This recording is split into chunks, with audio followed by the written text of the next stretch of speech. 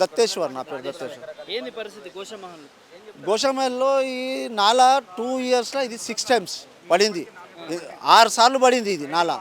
ఇది MIM office నుంచి చాక్నవాడి నాలా వరకు ఉంటుంది. ఇది 1972లో పడింది నా వేసిండ్రు అప్పుడు. అంటే ఇప్పుడు 2025 అంటే ఇప్పుడు దాదాపు 50 ఇయర్స్ దాటింది. అయితే చాలా పాతది అయిపోయింది. ఈ రోడ్లో మొత్తం ఈ road old highway, Bombay highway, market నుంచి బాంబే హైవే ఇదే మెదిపట్నం, టోలీ చౌకీ, రేతిబోలి, లింగంపల్లి, బిహెచ్ఎల్ నుంచి ఇట్లా హైవే ఉండే. అది తర్వాత వేసిండు, అది హైవే తర్వాత ఓల్డ్ బాంబే హైవే. और ఇక్కడ నుంచి ముంగట బేగం బజార్ నుంచి ఓల్డ్ బెంగళూరు హైవే. ఫస్ట్ అన్ని ట్రక్లు లారీలు అన్నీ ఇక్కడ నుంచే పోతుండే. అయితే చాలా రోజులు 50 ఇయర్స్ అయింది. అందు గురించే ఊకే పడిపోతుంది నాలలు.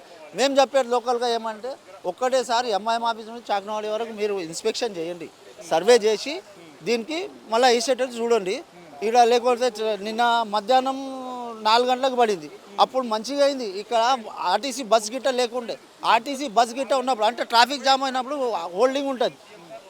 ఆర్టీసీ బస్ గిట్ట అంతా ప్రాణ నష్టం చాలా అవుతుండే. మేము ఆఫీసర్లకి అదే అంటున్నాం, ఏమంటే సార్ మీరు ఒకసారి మొత్తం ఇన్స్పెక్షన్ చేసి ఇది చేయండి. లోకల్ ఎమ్మెల్యే సార్ని రిక్వెస్ట్ చేస్తున్నాం. కార్పొరేటర్ అయితే ఆయన కూడా వచ్చిండు చేసిండు. ఎమ్మెల్యే సార్ కూడా మీరు కూడా డిపార్ట్మెంట్లతో మున్సిపల్తో మాట్లాడి, మున్సిపల్ మినిస్టర్తో మాట్లాడి ఇది శాంక్షన్లు దేవండి. ఇంకోటి మా అసెస్ సార్ కూడా మీరు ఢిల్లీలో ఉన్నారు సార్, ఢిల్లీలో కాదు ఈ గల్లీకి రండి, గల్లీకి వచ్చి ఇక్కడ ఇన్స్పెక్షన్ చేయండి. ఇక్కడ లోకల్లో ప్రాబ్లం ఏముందో మీరు చూడండి, చూసి మీ ఆఫీస్ కిందనే పక్క నుంచి ఆ నాలా పోతుంది. రేపటి రోజు మాకనే కాదు మీ బిల్డింగ్కి కూడా అలా దోకా ఉన్నది సార్. మీరు ఏం చేస్తారో చూడండి, ఢిల్లీలో కూర్చుంటే కాదు గల్లీకి వచ్చి మాకు పని చేయండి. ఢిల్లీలో కాదు గల్లీలో సమస్య ఫస్ట్ గల్లీలో ఉన్న సమస్య క్లియర్ చేయాలి కదా సార్. ఢిల్లీలో అయితే అది ఎలక్షన్ గిట్ట ఉన్నది, అది పొలిటికల్గా ఏమైనా చేయొచ్చు, కానీ గల్లీలో కూడా ప్రాబ్లం ఉంది కదా సార్. లాస్ట్ టూ ఇయర్స్ నుంచి మేము బాధపడుతున్నాం. ఈ తోబా మొత్తం 2 ఇయర్స్ నుంచి బంద్ ఉంది, మాకు పొనిరానికి ఇబ్బంది.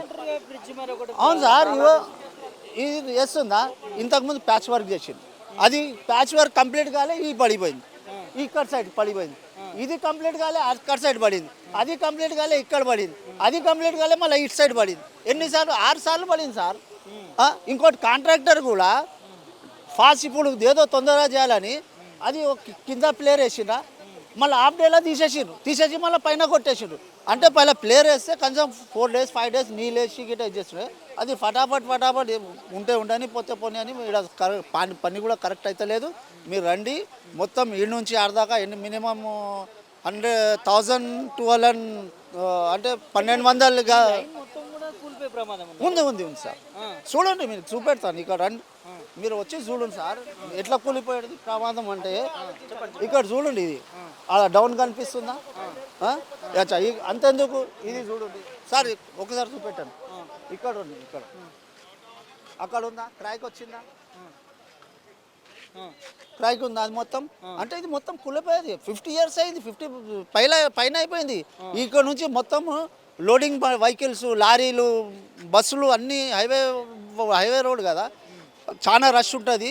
ఒకవేళ ఇది ఇట్లనే ప్యాచ్ వర్క్ చేస్తే ఇంకో ముందు నెక్స్ట్ ప్రమాదం ఏమైనా అయితే దీనికి మొత్తం బాధ్యతలు ఇక్కడ ఎమ్మెల్యే, ఎంపీ, గవర్నమెంట్, సీఎం, ప్రభుత్వమే బాధ్యతలు. మేము మరోసారి అంటున్నాం, ఆఫీసర్లకు కూడా చెప్తున్నాం సార్ ఇది డేంజర్ ఉంది. నేను కనీసం 3 నెలల కింద కూడా చెప్పిన ఇది కూడా పోతుంది, ఇది కూడా పోయింది, లాస్ట్ స్టేజ్లో ఉందంటే మంచి చేస్తామా, అలా మంచిది చేస్తున్నారు. ఆ ఎమ్మెల్సీ సార్ వస్తున్నారు, లేదమ్మా అయితే అది మొత్తం చెప్పినామని అంటారు, మళ్ళీ అట్లనే చేస్తున్నారు. మళ్ళీ మొన్న 60 feet ఇది శాంక్షన్ చేసిండ్రు, 60 feet ఆ శాంక్షన్, మళ్ళీ 70 feet ఆ శాంక్షన్ చేసిండ్రు, మళ్ళీ ఆ వైన్ షాప్ దాకానే. మళ్ళీ దాని తర్వాత పడితే ఎవరు బాధ్యతలు? గవర్నమెంట్ చూడాలి కదా. గవర్నమెంట్ చూసి ఇంజనీర్లు వాళ్ళు పిలిచి మొత్తం సర్వే చేయించారు. మా మాట అని కాదు, మీరు సర్వే చేయండి, ఇన్స్పెక్షన్ చేయించేసి చూడండి సార్. ఈ రోడ్డు మొత్తం కూలిపోయే పరిస్థితి కూడా ఉంది. అయితే పరిస్థితి ఉంది డెఫినెట్గా, మీరు చూస్తున్నారు కదా మొత్తం. అందు గురించే బంద్ చేసారు కదా డిపార్ట్మెంట్ వాళ్ళు, ఆ పోలీస్ వాళ్ళు వచ్చి ఇది కూడా కూలిపోయే అవసరం ఉంది, మొత్తం బంద్ చేసిండు, ట్రాఫిక్ మొత్తం బంద్ చేసిండు. సో ఏం చెప్తా ఉన్నాను, ముఖ్యమంత్రి మొన్ననేమో గోషమాలకు సంబంధించి ఒక హాస్పిటల్ కడతామని ప్రారంభోత్సవానికి వచ్చిండు, మరి ఇది కనిపిస్తలేదా ముఖ్యమంత్రికి? సార్ అది హాస్పిటల్ కట్టడం కూడా తప్పే. ముఖ్యమంత్రి గారు ఏమంటారు, హైడ్రా ఒక డిపార్ట్మెంట్ తెచ్చిండు, హైడ్రా డిపార్ట్మెంట్లో ఏమంటారు ఇది ఎఫ్టిఎల్ ల్యాండు, కుంటల్ ల్యాండ్ ఏమంటే మేము తీసేస్తాం అది చేస్తున్నాం కదా. అది గోషామల్ గ్రౌండ్ ఎఫ్టిఎల్ ల్యాండ్, అది కుంట మీద నేను ఫోన్లో మీకు పంపిస్తా. పాత నిజాంపేటలో 1914లో ప్లాన్ ఉంది నా దగ్గర.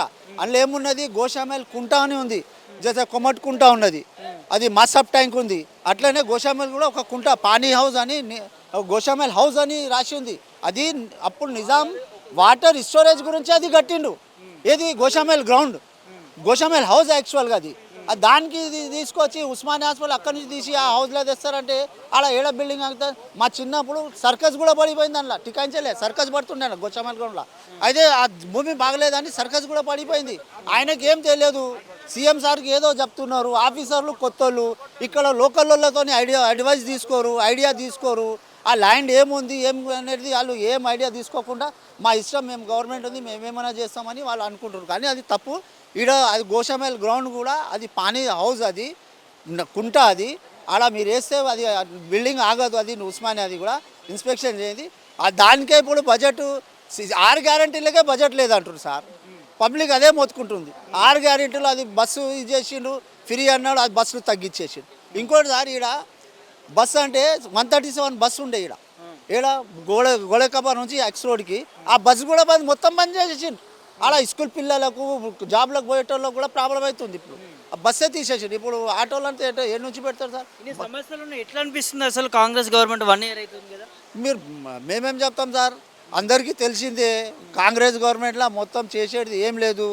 పబ్లిక్ని ఏదో మభ్య పెట్టిండ్రు. అవి ఆ ఫ్రీ ఇస్తా ఈ ఫ్రీ ఇస్తా అని వాదాలు, అంటే ఫ్రీది చెప్పేసి వచ్చిండ్రు. చేసిన తర్వాత ఇప్పుడు నా దగ్గర బడ్జెట్ ఏం లేదు, పాత గవర్నమెంట్ మొత్తం అప్పు చేసిపోయింది అది అన్నారు. మీకు తెలియదా? మళ్ళీ హామీలు ఇచ్చేటప్పుడు పాత గవర్నమెంట్లో డబ్బులు ఉన్నాయా లేవా, మీకు హామీలు ఎవరు ఇమ్మన్నారు?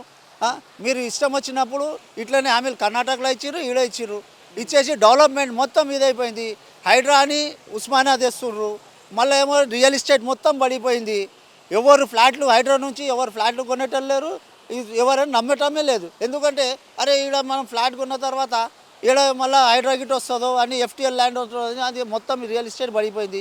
గవర్నమెంట్ అది రెవెన్యూ కూడా, అది కూడా చాలా పెద్ద రెవెన్యూ ఆగిపోయింది గవర్నమెంట్కు.